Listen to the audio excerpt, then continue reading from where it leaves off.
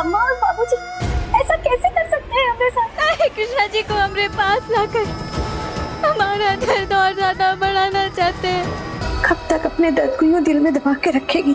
तो सरकारी अफसर के सामने बोल सकती है, तो बलदेव जी के सामने खुलकर अपनी बात नहीं रख सकती का? शो की कहानी आगे बढ़ती है और हम देखते हैं कि किस तरीके से यहाँ पर जो बिंदिया है वो एक बार फिर से क्रिश के घर में आने वाली है।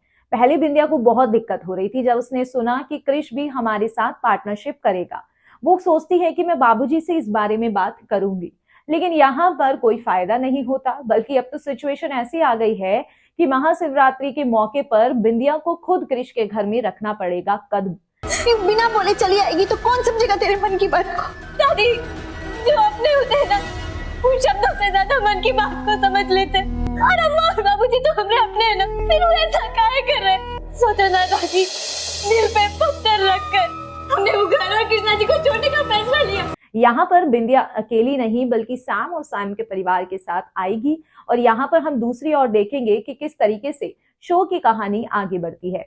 जी हाँ, आप देखने वाले हैं कि बिंदिया एक बार फिर से महाशिवरात्रि के मौके पर क्रिश के घर में कदम रखेगी, लेकिन ये बात साफ कर देगी कि ना ही तो मैं किसी की बहू बनकर आई हूँ और ना ही किसी की सुहागन बनकर आई हूँ। अरे इतने मुश्किल से कृष्णा जी के बिना जिंदगी में आगे बढ़ने की कोशिश की थी और वो हमें फिर से काम के जरिए कृष्णा जी की जिंदगी में लाना चाहते हैं। यहाँ पर वो अपनी ही पहचान के साथ आई है, जहां पर अब बिंदिया कुंवारी है। बिंदिया जो है अब उसकी जिंदगी में कोई नहीं है।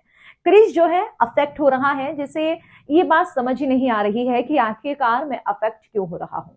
क्रिश ने बिंदिया का अपमान तो किया, अपमान करने के बाद, अपमान सहने के बाद बिंदिया ये घर छोड़कर चली भी गई, लेकिन क्रिश को अब अफेक्ट हो रहा है बिंदिया और सैम की नजदीकियों से। बहुत कुछ उसे देखने को मिल रहा है, लेकिन दूसरी तरफ पायल जो है वो सैम के बारे में पता करना चाहती है और क्योंकि अब सैम घर में ही आ जाएगा तो यहाँ पर पायल भी चुप नहीं बैठेगी।